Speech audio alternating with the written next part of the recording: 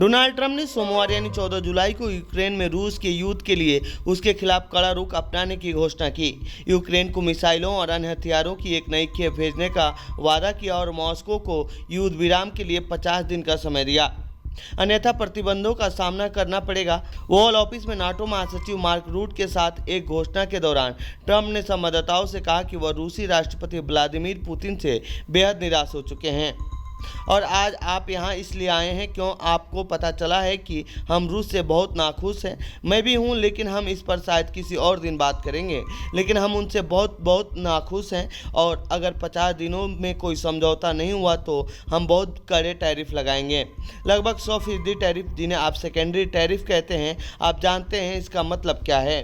इस दौरान नाटो के सेक्रेटरी ने कहा कि हम नाटो प्रणालियों के माध्यम से काम करेंगे, यह सुनिश्चित हो सके कि हमें पता हो कि यूक्रेनियों को क्या चाहिए ताकि हम पैकेज बना सकें। बेशक एक तरह से हमने आज सुबह पेंटागन में पीट हेगसेथ के साथ चर्चा की, एक तरह से कि निश्चित रूप से अमेरिका इस देश की रक्षा के लिए आवश्यक अपने भंडार का मालिक होगा, यह बिल्कुल स्पष्ट है। लेकिन इसका मतलब यह होगा कि यूक्रेन को भारी मात्रा में सैन्य उपकरण मिल सकते हैं, न केवल हवाई रक्षा के लिए बल्कि मिसाइलों, गोला बारूद भी मिलेंगे।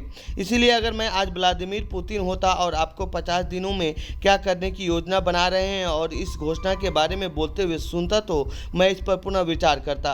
क्या मुझे यूक्रेन के बारे में बातचीत को उससे ज़्यादा गंभीरता से नहीं लेना चाहिए जितना मैं इस समय ले रहा हूँ अगर मैं व्लादिमीर पुतिन होता। लेकिन जब मैं यूक्रेन के साथ हूँ तो मुझे लगता है कि यह उनके लिए वाकई बहुत अच्छी खबर है।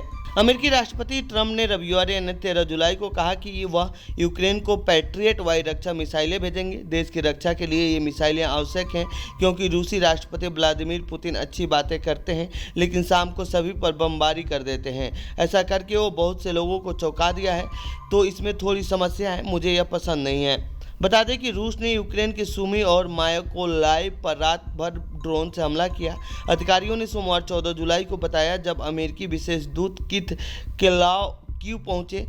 उत्तर पूर्वी सुमी और दक्षिणी मायकोलाइव पर आपातकालीन सेवाओं ने रूसी ड्रोन हमलों के बीच भीषण आग लगने की सूचना दी, लेकिन साथ ही यह भी बताया कि कोई हताहत नहीं हुआ है। रूसी रक्षा मंत्रालय ने सोमवार यानी 14 जुलाई को टेलीग्राफ पर अपने चैनल के माध्यम से बताया कि रूसी सेना ने पूर्वी यूक्रेन के 2 गांवों जापोरिजिया क्षेत्र के मालिनिवक्का और डोनेट्स्क क्षेत्र के मायाक पर नियंत्रण कर लिया है। रॉयटर्स ने गांव के आसपास की इमारतों, सड़कों की बनावट और हरियाली से जो उस क्षेत्र की उपग्रह छवियों से मेल खाती हैं, वीडियो के स्थान की पुष्टि मायरन के रूप में की है। ये वीडियो कब का है इसकी पुष्टि नहीं की गई है। इस दौरान यूक्रेन के राष्ट्रपति जेलेंस्की ने कहा है कि हम अक्सर आपके और आपकी टीम के साथ बैठकें करते हैं और क्यों आने के लिए आपकी टीम का भी धन्यवाद। आपका बहुत बहुत धन्यवाद। हम राष्ट्रपति ट्रंप के सभी संदेशों और हमारे लिए आपूर्ति बहाल करने के उनके कड़े फैसले के लिए आभारी हैं और हम दोनों दलों के समर्थन के लिए भी आभारी हैं। और निश्चित रूप से हेग में राष्ट्रपति के साथ हमारी बहुत अच्छी बातचीत हुई और हमारी फ़ोन पर भी बहुत अच्छी बातचीत हुई। हमने कुछ ऐसे फैसले लिए जो दोनों देशों के लिए बहुत सकारात्मक थे और अभी हमने जनरल के साथ वायु रक्षा के बारे में भी बात की है। तो ये थी रूस यूक्रेन न्यूज़ से जुड़ी हमारी रिपोर्ट। आपको कैसी लगी यह रिपोर्ट कमेंट बॉक्स में बताएं। साथ ही इस पूरे मामले पर आप क्या कहना चाहते हैं कमेंट बॉक्स में लिखें। बाकी देश दुनिया की खबरों के लिए बने रहिए हमारे साथ। धन्यवाद।